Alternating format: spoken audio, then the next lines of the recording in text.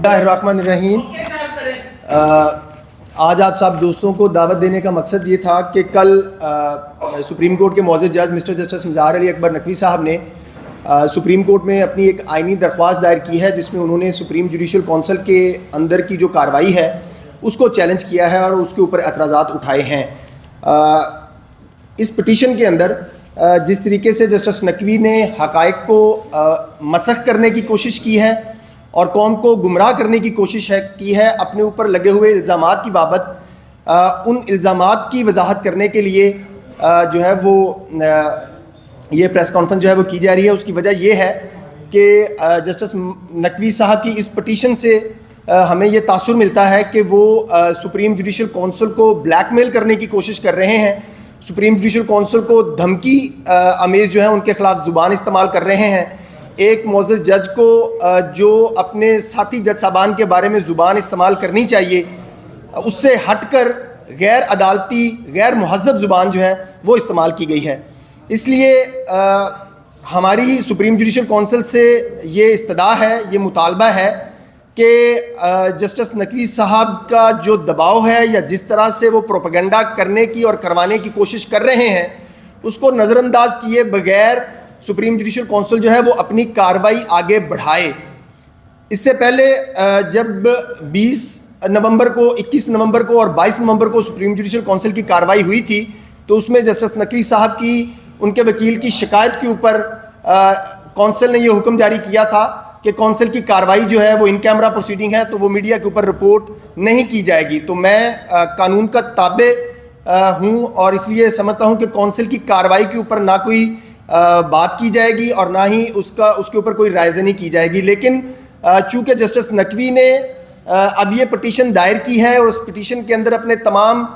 جو الزامات تھے ان کا جواب بھی انہوں نے ریپروڈیوس کیا ہے، اور اس پٹیشن کو انہوں نے سیکرٹری سپریم جوڈیشل کونسل کو کارروائی بنا کر دائر کی ہے، تو اب یہ سمجھتے ہیں کہ یہ ایک پبلک ڈاکومنٹ ہے، اس لیے اس پبلک ڈاکومنٹ کی بنیاد کے اوپر پبلک کو ان کے معلومات تک رسائی کے حق سے جو ہے اپنی اس پٹیشن میں الزامات کا جو جواب دیا ہے، دراصل انہوں نے یہ تمام اپنے الزامات جو ہیں وہ تسلیم کر لیے ہیں کہ انہوں نے ایک دھوکہ دہی کے ذریعے، فراڈ کے ذریعے اور ایک مسلسل قسم کی ہینڈلنگ کے ذریعے، انفلوئنس کے ذریعے بنگلو نمبر 100 ہے، پراپرٹی ہے 3.5-4 کنال کی، وہ انہوں نے خریدی۔ جسٹس نقوی صاحب نے اپنے اس جواب میں یہ بھی تسلیم کر لیا ہے کہ جس فراڈ ڈگری کی بنیاد کے اوپر انہوں نے وہ پراپرٹی خریدی، اس پراپرٹی کا بھی ان کو خریداری سے 6 مہینے پہلے علم ہو چکا تھا۔ یہ جسٹس نقوی صاحب نے اپنے اس جواب میں تسلیم کیا ہے۔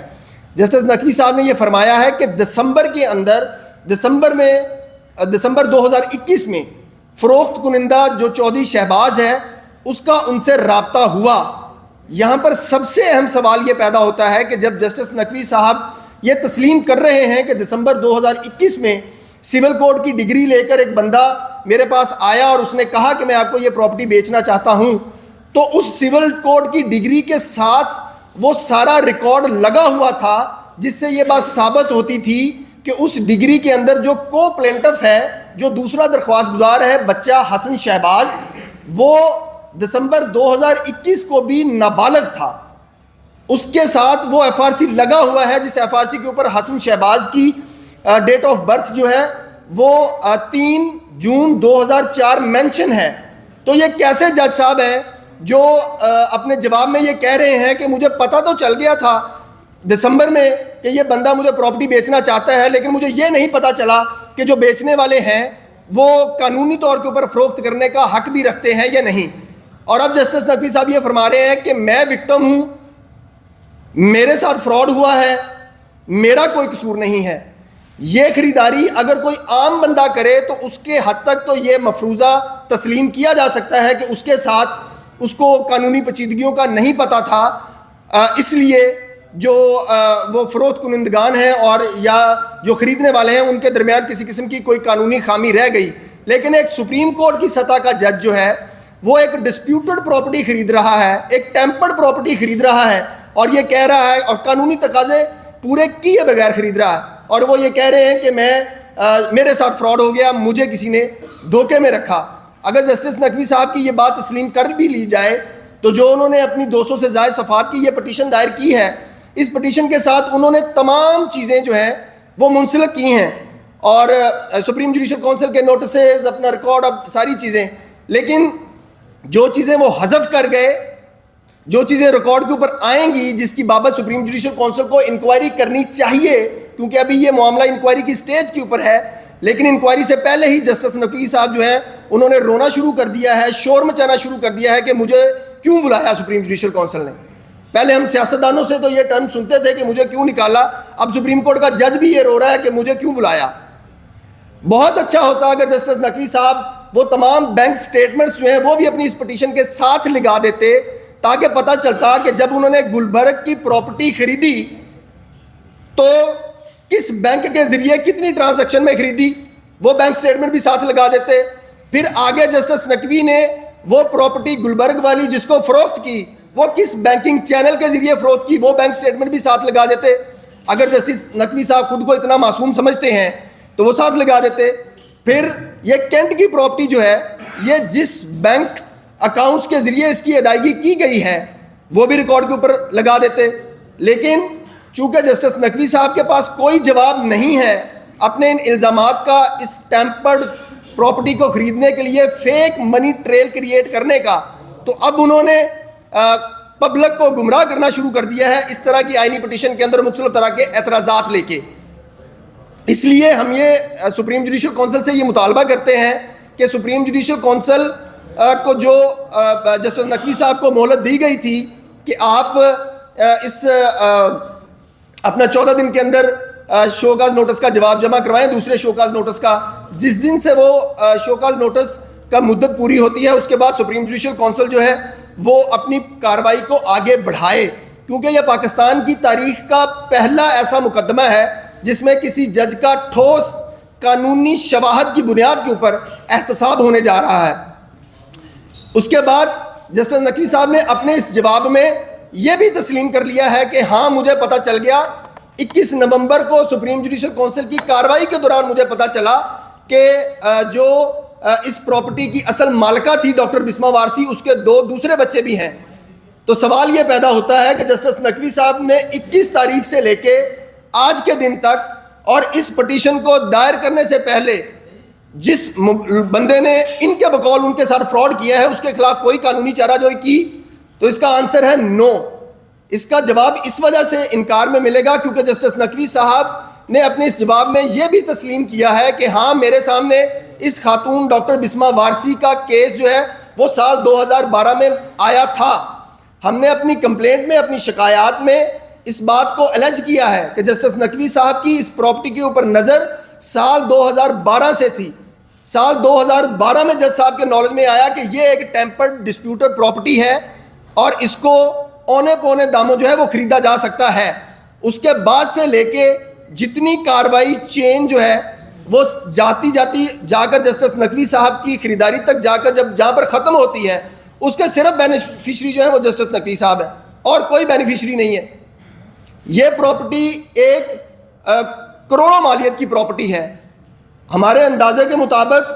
ہماری معلومات کے مطابق, اس علاقے کی مارکیٹ ویلیو کے مطابق, ہم نے جو سنا, ہم نے جو معلومات اکٹھی کی ہیں اس کے مطابق یہ 40-50 کروڑ روپے کی پراپرٹی ہے جو اس جج صاحب کو 10 کروڑ میں صرف جو ہے وہ یہ خرید لیتے ہیں. اور یہ وہی پراپرٹی ہے جس خاتون نے 2012 میں جج صاحب کے بارے میں جو ہے وہ درخواست دائر کی تھی اور انہوں نے اس درخواست کو خارج فرمایا تھا. ہماری گزارش یہ ہے,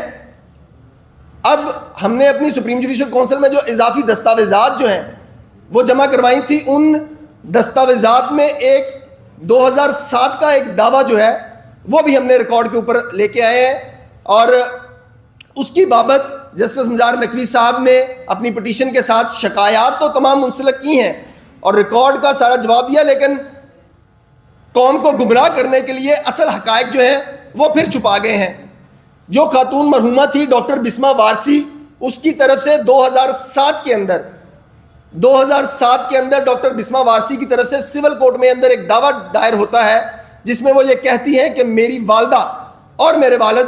وہ شیعہ مسلک سے تعلق رکھتے تھے جو فوت ہو چکے ہیں، اور لہٰذا مجھے جو ہے ان کا وارث ڈکلیئر کیا جائے۔ اب یہ قانونی بات ہے کہ اگر سنی مسلک کے میں کسی کو وراثت منتقل کرنی ہو اور وہ صرف ان کی آگے صرف ایک ہی اولاد ہو، بیٹی ہو، تو پھر وہ پراپرٹی جو ہے وہ باقی وارثان کو بھی جاتی ہے۔ لیکن شیعہ مسلک کے اندر یہ قانون ہے، یہ روایت ہے کہ اگر خاتون کا یا کسی فیملی کا، کسی کپل کا بیٹا نہ ہو، صرف بیٹی ہو، تو پھر ساری جائیداد جو ہے وہ بیٹی کو ٹرانسفر ہوتی ہے، اور وہاں سے لے کے چیزوں کو کنیکٹ کرنا شروع کریں تو آ کے پھر وہی جج صاحب جو ہیں وہ اس پراپرٹی کو خریدتے ہیں، اور وہ بھی اسی مسلک سے تعلق رکھتے ہیں جس مسلک کو ڈکلیئر کروایا گیا۔ جو شخص فوت ہو گئے اس کے بارے میں اس کی اولاد کیسے ڈکلیئر کروا سکتی ہے کہ میرا باپ جو ہے وہ فلاں مسلک سے تعلق رکھتا تھا یا وہ فلاں مذہب سے تعلق رکھتا تھا؟ وہ اپنی زندگی میں اگر اس مسلک اور مذہب سے تعلق نہیں رکھتا تھا تو اس کا مطلب یہ ہے کہ اس کی اولاد کو کوئی حق نہیں پہنچتا کہ وہ اپنے متوفی والدین جو ہیں ان کے مذہب اور مسلک کو تسلیم کروانے کے لیے عدالت سے کسی قسم کی ڈگری لے۔ اور چونکہ یہ ڈگری وراثت اور پراپرٹی کی بابت لی جا رہی تھی تو یہ ڈگری بھی سول کوڈ کی مصدقہ میرے پاس موجود ہے، اس کی اناٹیسٹڈ کاپیز جو ہیں وہ ہم نے سپریم جوڈیشل کونسل میں پرووائڈ کی تھیں۔ اس میں وہ دعویٰ بھی بالکل ویسے ہی فراڈ کے دعوے کے طریقے سے دائر کیا گیا اور انٹرٹین کروایا گیا جس طریقے سے وہ وراثتی دعویٰ جو ہے وہ جعلی ڈگری جو ہے وہ جاری کی گئی۔ اس مسلک کی تبدیلی کے دعوے کے اندر بھی جو خاتون تھی ڈاکٹر بسمہ وارثی، انہوں نے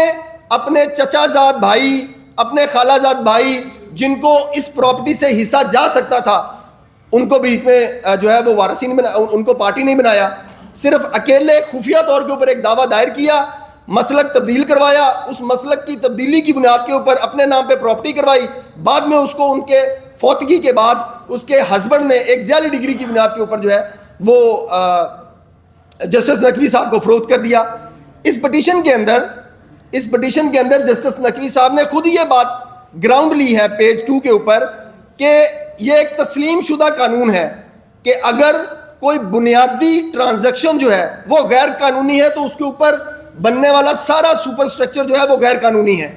تو یہ اصول جو ہے وہ جسٹس نقوی صاحب کے اوپر اس پراپرٹی کی خریداری کے اوپر جو ہے وہ کیسے لاگو نہیں ہوتا کہ جب آپ نے اپنے جواب میں یہ تسلیم کر لیا ہے کہ ہاں اس پراپرٹی کی اس خاتون کے واقعی 2 مائنر بچے جو ہیں وہ بھی موجود ہیں، تو اس کا مطلب یہ ہوا کہ یہ سیل ڈیڈ، یہ ٹرانزیکشن ساری ہی غیر قانونی ہو گئی، تو پھر آپ ان کو واپس کر دیں۔ آپ کیوں اس کے اوپر جو ہے وہ قبضہ کر کے بیٹھے ہوئے ہیں؟ آپ سپریم کورٹ کے جج ہیں، یہ کوئی عام بندہ غلطی کرے تو اس کو اس غلطی کی گنجائش مل سکتی ہے کسی حد تک، لیکن ایک سپریم کورٹ کی سطح کا جج جو ہے وہ اتنی بوگس ٹرانزیکشن کے ذریعے ایک پراپرٹی کو خرید رہا ہے، نابالغ اور یتیموں کی پراپرٹی جو ہے وہ ہتھیا رہا ہے، اور وہ کہہ رہا ہے کہ میرے ساتھ فراڈ ہو گیا ہے، اور پھر اپنے اس فراڈ کو کور کرنے کے لیے سپریم جوڈیشل کونسل کی کارروائی کے اوپر، سپریم جوڈیشل کونسل کے ممبران کے اوپر جو ہے وہ اعتراض اٹھایا جا رہا ہے۔ میری سپریم جوڈیشل کونسل سے یہ بھی مطالبہ ہے کہ سپریم جوڈیشل کونسل جو ہے وہ جسٹس نقوی کی اس پوری پٹیشن کے تمام مواد کا ایک ایک فقرے کا نوٹس لے، کیونکہ ہماری دانست کے اندر، میری دانست کے اندر یہ پٹیشن جو ہے وہ توہین عدالت کے زمرے میں آتی ہے، اور سپریم جوڈیشل کونسل کو آئین کے آرٹیکل 210 کے تحت وہ تمام اختیارات حاصل ہیں، توہین عدالت کی کارروائی کرنے کا بھی اختیار حاصل ہے۔ اگر کوئی بندہ سپریم جوڈیشل کونسل کے جج کو یا سپریم جوڈیشل کونسل کے کسی ممبر کو سکینڈلائز کرتا ہے، کرٹیسائز کرتا ہے، یا اس کے اوپر بے بنیاد قسم کے الزامات عائد کرتا ہے، یہ بات قانونی حلقے بڑے اچھے طریقے سے جانتے ہیں کہ جسٹس نقوی صاحب جو یہ موقف اپنا رہے ہیں کہ مجھے سپریم جوڈیشل کونسل کے 3 ممبران کے اوپر اعتراض ہے لہٰذا وہ الگ ہو جائیں، یہ اعتراض کسی جج کے اوپر اٹھانا بھی توہین عدالت کے زمرے میں آتا ہے۔ ہم سارا دن عدالتوں کے اندر یہ بات فیس کرتے ہیں، سنتے ہیں، ہمیں پتہ ہوتا ہے کہ سامنے والے معزز جج صاحب جو ہیں وہ پریجوڈس ہیں، وہ غصے میں ہیں، وہ میرے خلاف فیصلہ کر سکتے ہیں، ان کا مائنڈ کسی ٹرانزیکشن کے اوپر، کسی کیس کے اوپر، کسی لاء کے اوپر میرے کیس کے خلاف جاتا ہے، لیکن ہم اس کے اوپر اعتراض نہیں اٹھاتے۔ کیوں؟ کیونکہ یہ بات قانون میں لکھی ہوئی ہے کہ آپ جج کے اوپر، کورٹ کے اندر، کونسل کے اندر اعتراض نہیں اٹھا سکتے، یہ توہین عدالت کے زمرے میں آتا ہے۔ تو ہماری سپریم جوڈیشل کونسل سے بڑے ادب سے یہ گزارش ہے کہ جسٹس نقوی کی اس پٹیشن کو جواب تصور کیا جائے، کیونکہ اس پٹیشن کی کاپی جو ہے وہ سیکرٹری سپریم جوڈیشل کونسل کو پارٹی بنانے کی بنیاد کے اوپر موصول ہوئی ہے، ان کو دی گئی ہے، ان کو نوٹس بھجوایا گیا ہے، اور اس کے اندر جو لینگویج جسٹس نقوی نے سپریم جوڈیشل کونسل کے ممبران کے بارے میں استعمال کی ہے اس کو تسلیم کیا جائے، اس کو ریکارڈ کا حصہ بنایا جائے، اور جسٹس نقوی کے خلاف توہین عدالت کی کارروائی جو ہے وہ بھی کی جائے۔ دوسری گزارش یہ کرنی تھی کہ سپریم جسٹس نثار نقوی صاحب نے اپنے جواب کے اندر جو جواب انہوں نے اس پبلک ڈاکومنٹ یعنی کہ آئینی درخواست کے ساتھ اس میں انکارپوریٹ کیا ہے، اس میں وہ یہ بات بھی تسلیم کر چکے ہیں کہ انہوں نے اپنی ٹیکس کی امینڈمنٹ ریٹرن جو ہے وہ امینڈمنٹ کرنے کے لیے بھی انہوں نے قانون کی خلاف ورزی کی، انہوں نے تسلیم کیا ہے کہ میں نے 4 مرتبہ جو ہے وہ اپنی ٹیکس کی امینڈمنٹس کی ہیں۔ اور پبلک کو گمراہ کرنے کے لیے جسٹس نقوی صاحب نے اس کے اندر ایک اور جھوٹ یہ بولا کہ جو شکایت کنندہ ہے میاں داؤد، انہوں نے جو میری ٹیکس ریٹرنز حاصل کی ہیں وہ غیر قانونی طریقے سے حاصل کی ہیں، جبکہ میری کارروائی، میری کمپلینٹ، میرا سارا موقف جو ہے وہ ریکارڈ کے اوپر ہے۔ میں نے اپنی درخواست کے ساتھ کسی سطح کے اوپر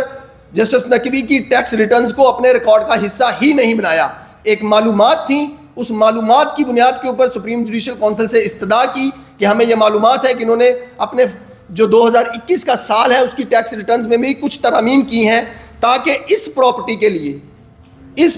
کے لیے فیک منی ٹریل جو ہے وہ کریٹ کی جا سکے۔ اور جج صاحب اپنے رپلائی میں یہ بات خود تسلیم کر گئے ہیں کہ میں نے جب ستمبر 2021 میں ٹیکس ریٹرن اپنی جمع کروائی تو اس میں پراپرٹی کی جو پراپرٹی ویلیو ہے، پراپرٹی انکم کی رینٹل انکم کو کریکٹ کرنے کے لیے جو ہے وہ میں غلط ہو گئی تھی، اس کو کریکشن کرنے کے لیے میں نے ریوائز کروائی، لیکن اگلے پیراگراف میں لکھتے ہیں کہ میری جو پراپرٹی ہے گلبرگ والی اس کی مالیت میں 6 کروڑ لکھ گیا تھا، وہ میں نے 72 کروڑ کر دی ہے۔ بھئی یا تو آپ نے رینٹل انکم کو کریکٹ کرنا تھا جس کے لیے آپ کلیم کر رہے ہیں کہ آپ نے قانون کے مطابق اس ریٹرن میں ترمیم کی ہے، صرف آپ اس حد تک ترمیم کرتے، لیکن آپ آگے جا کے اپنی پراپرٹی کو زیادہ کر رہے ہیں، اور یہ اس وجہ سے کر رہے ہیں کہ تاکہ آپ کینٹ کی پراپرٹی کے لیے فیک منی ٹریل کو جسٹیفائی کر سکیں۔ پھر اس کے بعد تیسری دفعہ جج صاحب جو ہے وہ یہ تسلیم کر رہے ہیں کہ میں نے دوسری مرتبہ اپنے گھر کے اخراجات جو ہیں وہ کم کرنے کے لیے ترمیم کی۔ پھر تیسری جگہ پہ لکھتے ہیں کہ میں نے تیسری ترمیم جو ہے وہ اپنی 2 گاڑیاں جو ہے وہ بیچ دی تھی، ان کا ریکارڈ نہیں بیچ میں ڈکلیئر لکھنی تھی لیکن وہ میں پہلے بیچ چکا تھا، اس کو کرنے کے لیے سوال یہ پیدا ہوتا ہے کہ ایک معزز جج جو ہے انکم ٹیکس آرڈیننس کی دفعہ 114، 115، 116 اس کی خلاف ورزی کرتے ہوئے اپنی انکم ٹیکس ریٹرنز جو ہے وہ ان میں ترمیم کر رہے ہیں، اور پھر کہتے ہیں کہ مجھے کیوں بلایا۔ بھئی آپ سپریم کورٹ کے جج ہیں، آپ ہمارے ٹیکسوں کے پیسوں سے تنخواہیں لیتے ہیں، مراد لیتے ہیں، آپ کے اوپر ایک الزام ہے، اس الزام کی ابھی انکوائری ہونی ہے، ممکن ہے کہ آپ جو ہے وہ سچے ثابت ہو جائیں، لیکن آپ انکوائری تو ہونے دیں۔ آپ سپریم جوڈیشل کونسل کے سامنے جو ہے اس کے اوپر اس کو اسکینڈلائز کرنے کی کوشش کر رہے ہیں، آپ اپنی بدتمیزی پر مبنی لینگویج جو ہے وہ اپنی اس پٹیشن کے اندر یوز کر رہے ہیں۔ یہ سپریم کورٹ کے جج کا جو ہے وہ لیول ہے، اور اگر یہ بات تسلیم کر لی جائے، فرض کر لیں کہ قانونی طور کے اوپر بھی جسٹس نقوی صاحب جو ہیں وہ اپنی انکم ٹیکس ریٹرنز جو ہیں وہ ترمیم کرنے کا اختیار رکھتے تھے اور ان سے 4 مرتبہ یہ غلطی ہوگی، تو صرف اس ایک بنیاد کے اوپر جسٹس نقوی صاحب کو سپریم کورٹ سے نکال دینا چاہیے کہ جو جج اپنی انکم ٹیکس ریٹرن جو ہیں وہ احتیاط سے سبمٹ کرنے کا اہل نہیں ہے، وہ میرے اور آپ کے اور دنیا کے پاکستان کے مقدر کے فیصلے کیسے صحیح کر سکتا ہوگا۔ جو جج جو ہے وہ اپنے ساتھ ہونے والا فراڈ جو ہے اس کی بابت وجہ نہیں ہے کہ میں اپنی پراپرٹی کیسے خرید رہا ہوں، وہ لوگوں کے ساتھ جو فراڈ ہو رہے ہیں ان کے بارے میں کیسے صحیح فیصلہ کر لے گا۔ تو ہماری سپریم جوڈیشل کونسل سے یہ گزارش ہے کہ جسٹس نقوی نے یہ جو طریقہ کار اختیار کیا ہے اس پٹیشن کے اندر دھمکی امیز اور بدتمیزی پر مبنی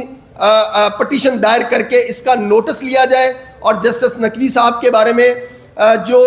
انکوائری ہے اس کو آگے فردر پروسیڈ کیا جائے، کیونکہ ہمیں خدشہ ہے کہ جسٹس نقوی صاحب ہر طریقہ آزمانے کی کوشش کریں گے کہ ان کی جو انکوائری ہے وہ کسی طریقے سے رک جائے. اس لیے ہماری گزارش ہے. ایک اور بات جو کل اس پٹیشن سے جسٹس نقوی صاحب کے کچھ حامی لوگوں نے غلط جو ہے وہ پروپیگیٹ کرنے کی کوشش کی کہ جسٹس نقوی صاحب نے اپنی اس پٹیشن کے اندر اوپن کورٹ کے اندر کارروائی چلانے کی استدعا کی ہے. میں ایک مرتبہ یہ پہلے بھی چیلنج کر چکا ہوں اور میں پوری قوم کے سامنے, پورے میڈیا کے سامنے جسٹس نقوی صاحب کو اوپن چیلنج کر رہا ہوں کہ آپ اس پٹیشن کو چھوڑیں, آپ استدعا کریں سپریم جوڈیشل کونسل کی کارروائی کو اوپن چلایا جائے. دودھ کا دودھ پانی کا پانی ہو جائے گا. اگر آپ سچے ہوئے تو آپ جو ہیں وہ سپریم جوڈیشل کونسل جو ہے وہ آپ کو بری کر دے گی, اور اگر میاں داؤد غلط ہوا تو میں والنٹیئر کر رہا ہوں کہ آپ سپریم جوڈیشل کونسل سے استدعا کیجئے گا کہ میاں داؤد کے خلاف کارروائی کی جائے. لیکن آپ قوم کو گمراہ کرنے کے لیے جو ہے وہ آپ کی پٹیشن کے اندر یہ موقف بھی نہیں ہے کہ میری کارروائی کو اوپن چلایا جائے, لیکن آپ میڈیا سے یہ پروپیگیٹ کروا رہے ہیں کہ میں نے اوپن کورٹ میں کارروائی چلانے کی استدعا کی ہے. آپ اگر اتنے ہی جسٹس نقوی صاحب جو ہیں وہ سچے ہیں تو وہ سپریم جوڈیشل کونسل کی کارروائی کو اوپن چلانے کی کارروائی کریں اور اس کو لائیو سٹریمنگ کریں. دودھ کا دودھ پانی کا پانی ہو جائے گا. میاں صاحب یہ بتائیے گا کہ ایسا لگتا ہے کہ صرف وہی کردار بدل گئے ہیں. ماضی میں جسٹس قاضی فائز کے خلاف بھی ایسی ہی مہم چلائی گئی تھی اور اسی طرح سے پریس کانفرنس ہوتی تھی, میڈیا ٹاک میں ان کے احساسوں کا ذکر ہوتا, ان کی اہلیت کو ذکر کیا, سارے معاملات اسی طرح ہوتے تھے. آج وہی ہم ریپیٹ دیکھ رہے ہیں کہ جیسے جسٹس مظاہر نقوی کے خلاف بھی اسی طرح کی کمپین چل رہی ہے میڈیا پہ اور سپریم جوڈیشل کونسل میں ہر جگہ پہ. تو آپ نہیں سمجھتے کہ آپ بھی ان کرداروں میں سے ایک کردار کا حصہ بننے جا رہے ہیں جسے ماضی میں آپ خود جس کی مذمت کرتے رہے ہیں؟ گزارش یہ ہے کہ جسٹس قاضی فائز عیسیٰ صاحب کا کیس اور جسٹس نقوی صاحب کا کیس, اس میں زمین آسمان کا فرق ہے. وہ فرق کیا ہے؟ جسٹس قاضی فائز عیسیٰ صاحب کے خلاف جو ریفرنس دائر کیا گیا تھا وہ حکومت کی طرف سے دائر کیا گیا تھا, اور حکومت نے جن بنیادوں کے اوپر ریفرنس دائر کیا تھا وہ بنیادیں غیر قانونی طریقے سے اکٹھی کی گئی معلومات کی بنیاد کے اوپر تھیں. اس بنیاد کے اوپر جسٹس قاضی فائز عیسیٰ صاحب نے اپنے مقدمے کو سپریم کورٹ کے اندر چیلنج کیا, اور جو ان کے اوپر الزامات تھے ان الزامات کی بابر انہوں نے سپریم کورٹ کے اندر, یا شاید ان کی اہلیہ نے سپریم کورٹ کے اندر کہا تھا کہ ہماری تو ایک ایک چیز کی منی ٹریل سپریم کورٹ کی ویب سائٹ کے اوپر پڑی ہوئی ہے, تو پھر ہمارے خلاف یہ ایلیگیشن لگایا کیوں گیا. اور پھر جسٹس نقوی صاحب کا بڑا بنیادی گراؤنڈ یہ تھی کہ انہوں نے فیض آباد والا دھرنا کی ججمنٹ دی جس کی بنیاد کے اوپر ان کو ٹارگٹ کیا گیا. میرا سوال یہ ہے کہ جسٹس قاضی فائز عیسیٰ صاحب نے تو آئین اور قانون کی بلندی کے لیے, بالادستی کے لیے ایک فیصلہ دیا تھا, اور ان کے خلاف حکومت تھی جس کے اوپر بدنیتی کا الزام جو ہے وہ لگایا جا سکتا ہے. آپ مجھے بتا دیں, پاکستان کا کوئی پاکستانی بتا دے, کوئی کورٹ رپورٹر بتا دے, کوئی وکیل بتا دے کہ جسٹس نقوی نے آج کے دن تک ایسا کوئی فیصلہ دیا جس سے آئین کی بالادستی ہو, جمہوریت کی بالادستی ہو, اور جس سے یہ تاثر ملے کہ کوئی غیر جمہوری قوتیں ان کے خلاف سازش کر رہی ہیں. یہ ریکارڈ کی بات ہے کہ جسٹس نقوی صاحب نے تو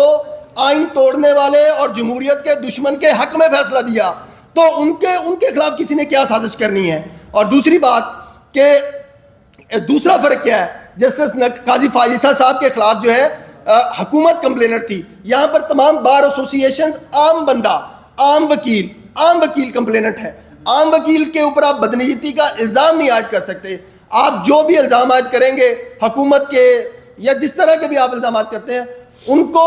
ان بندوں کی ان چیزوں کی ضرورت نہیں ہے. اور اگر فرض کر لے, یہ بات تسلیم بھی کر لی جائے کہ یہ آپ کا الزام درست بھی ہے,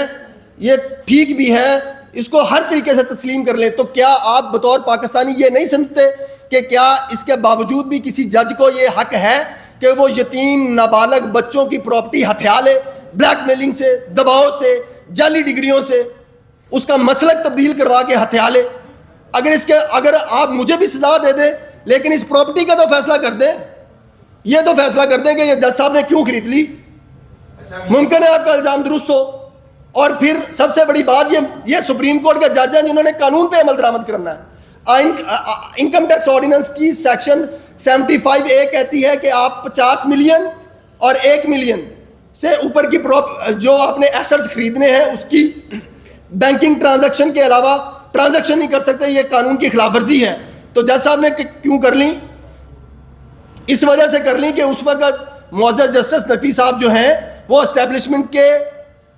سخت لفظ ہوگا لیکن وہ اس وقت اسٹیبلشمنٹ کے وفادار بن کر کھیل رہے تھے، اس لیے یہ ان کو سارا پروسیس جو ہے وہ نوازا گیا.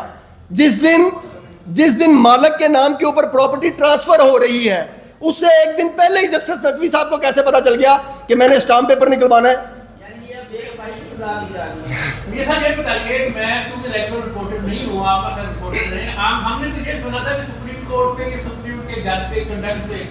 اگر ہم کریں گے تو دھیرے دار ہو جاتی ہے. ہمارے پاس کوئی دو فریقین آ رہے ہیں، اگر وہ ہمیں بتاتے کہ ڈالتے ہیں تو دفتر والے خبر ہو بھیجتے ہیں کہ یہ دھیرے دارت ہے. آپ یہ خود مجاہدانہ کردار ادا کر رہے ہیں یا ان کے ساتھ کوئی ذاتی خواہش ہے یا آپ کے پیچھے کوئی ہے؟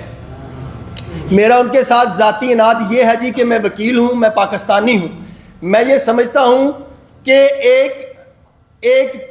کرپشن کے الزامات کا سامنا کرنے والا اور ٹھوس الزامات کی بنیاد کے اوپر، جسے اب جسٹس نقوی نے تسلیم بھی کر لیا کہ انہوں نے غیر قانونی طریقے سے غیر قانونی بنیادوں کے اوپر وہ پراپرٹی خریدی، تو ایسا جج جو ہے وہ عدلیہ کی آزادی کے لیے سب سے بڑا خطرہ ہے. جسٹس نقوی صاحب نے اپنی اس پٹیشن کے اندر یہ موقف لیا ہے کہ میرے خلاف جو ریفرنسز ہیں وہ عدلیہ کی آزادی کے اوپر حملہ ہے. ہمارا یہ موقف ہے کہ کرپٹ ججز کا عدلیہ کے اندر موجود ہونا سب سے بڑا عدلیہ کی آزادی کے لیے حملہ ہے. اس لیے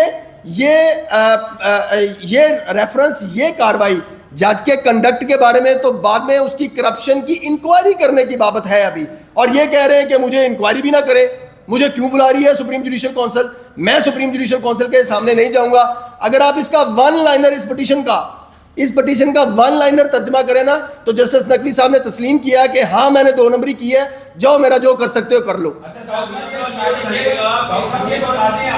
کہ وہ جو نقوی صاحب کا یہ موقف ہے کہ ان کے جو بھی پراپرٹی ہے وہ ایف بی آر کے ریکارڈ کے اوپر موجود ہے، اور دوسرا یہ کہ جب سپریم جوڈیشل کونسل میں چلی گئی انکوائری تو بہتر نہیں کہ آپ تھوڑا سا صبر کرتے دیکھیں وہاں سے کیا ہوتا ہے. ہمارا یہ کیس نہیں ہے کہ یہ ایف بی آر میں ڈکلیئرڈ ہے یا نہیں ڈکلیئرڈ ہے، یا انہوں نے یہ قانونی یا انہوں نے کہیں اس کو پبلک کیا ہے یا اس کی ڈاکومنٹ. ہمارا کیس یہ ہے کہ انہوں نے سینٹ جانز پارک کی پراپرٹی خریدنے کے لیے جو رقم اکٹھی کی وہ فیک منی ٹریل کی بنیاد کے اوپر ہے. اس کے پیچھے کوئی قانونی آمدن کے ذرائع موجود نہیں ہیں، اس کے پیچھے کوئی قانونی، اس کی بنیاد کے اندر قانونی پروسیس نہیں ہے. ہمارا یہ کیس نہیں ہے کہ انہوں نے ایف بی آر نے اس کو نوٹس نہیں دیا یا کیوں دیا یا وہ ڈکلیئرڈ ہے. ہمارا یہ کیس ہی نہیں ہے. جسٹس نقوی صاحب نے بنیادی طور کے اوپر اس بات کو تسلیم بھی کیا اور قوم کو دھوکہ بھی دینے کی کوشش کی ہے کہ میرے ایسے ڈکلیئر ہے. ہمارا وہ کیس ہی نہیں ہے. اور دوسری بات فرض کر لیں، ہمارا تو ایلیگیشن یہ ہے کہ یہ اس وقت کی حکومت اور اسٹیبلشمنٹ کے جو ہے وہ وفادار کا کردار ادا کر رہے تھے، تو ایف بی آر نے تو جان بوجھ کے ان کی کسی قسم کی کوئی انکوائری نہیں کرنی تھی. اور اگر ایف بی آر نہیں بھی انکوائری کرتا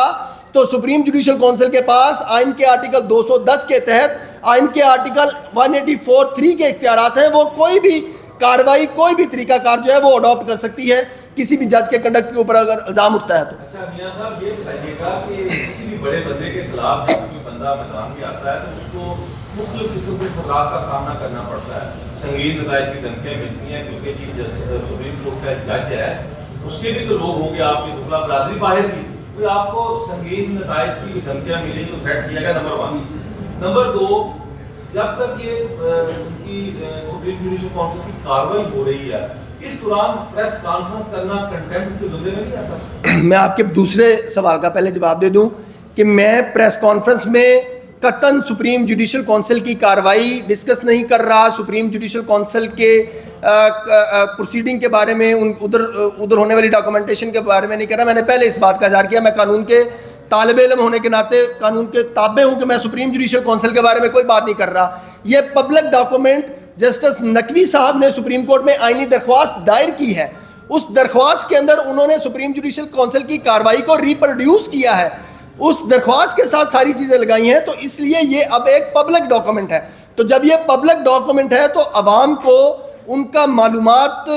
تک رسائی کا جو آئینی حق ہے وہ بتانا ضروری ہے کہ جسٹس نقوی صاحب نے اپنی اس آئینی پٹیشن کے اندر کیا بے بنیاد قسم کی چیزیں، بدتمیزی پر مبنی الفاظ استعمال کر کے عدلیہ کو اسکینڈلائز کرنے کی کوشش کی ہے اور اپنے الزامات جو ہیں وہ تسلیم کیے ہیں. دوسری بات رہے گی دھمکیوں والی،